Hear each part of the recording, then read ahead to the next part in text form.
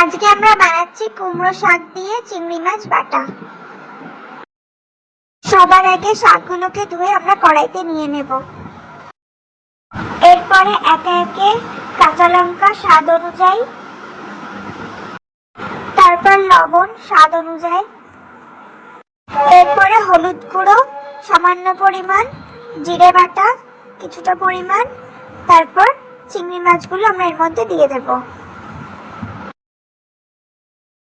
এরপরে কিছুটা পরিমাণ সরষের তেল উপর থেকে দিয়ে সবগুলোকে একসাথে ভালো করে মাখিয়ে নেব। এরপরে মিডিয়াম ফ্লেমে কড়াইটিকে বসিয়ে দেব গ্যাসে, তারপর ঢাকনা দিয়ে রেখে দেব 5 থেকে 7 মিনিট।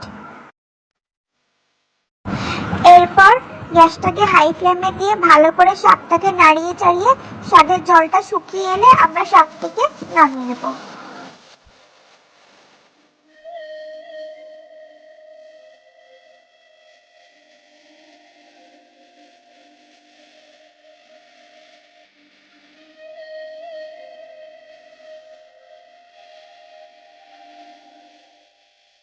নামিয়ে ঠান্ডা করে আমরা শাকগুলোকে এবার বেটে নেব।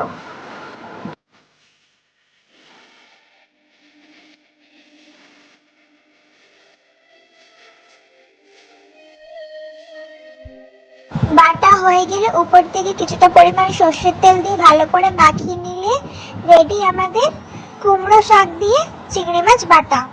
তোমরা অবশ্যই বাড়িতে ট্রাই করবে, খুবই সুস্বাদু একটি খাবার।